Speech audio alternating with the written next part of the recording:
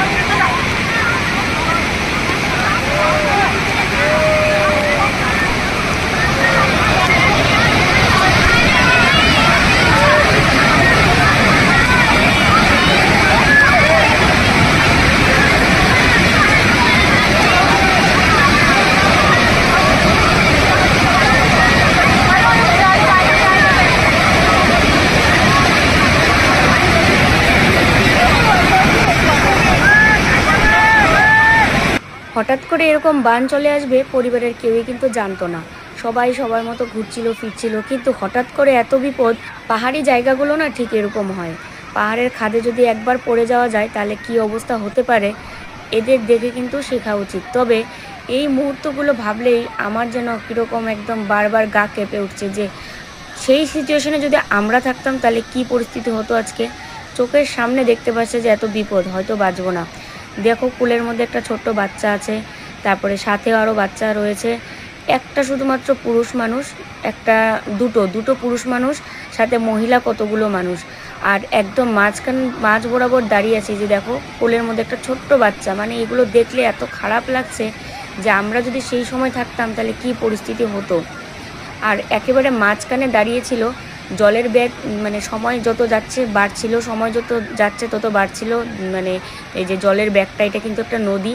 আর আমরা সবাই জানি যে পাহাড় থেকে কিন্তু নদীর সৃষ্টি। তাহলে এটা আস্তে আস্তে আরও কিন্তু বাড়তে থাকবে এই জলের ব্যাগটা, কারণ প্রচুর বৃষ্টি হওয়ার কারণে পাহাড়ে ঠিক এইভাবে কিন্তু ঢল নামে, এবং সেটাই কিন্তু আস্তে আস্তে নদীতে চলে আসে, এবং নদীর জল কিন্তু এত বাড়তে থাকে।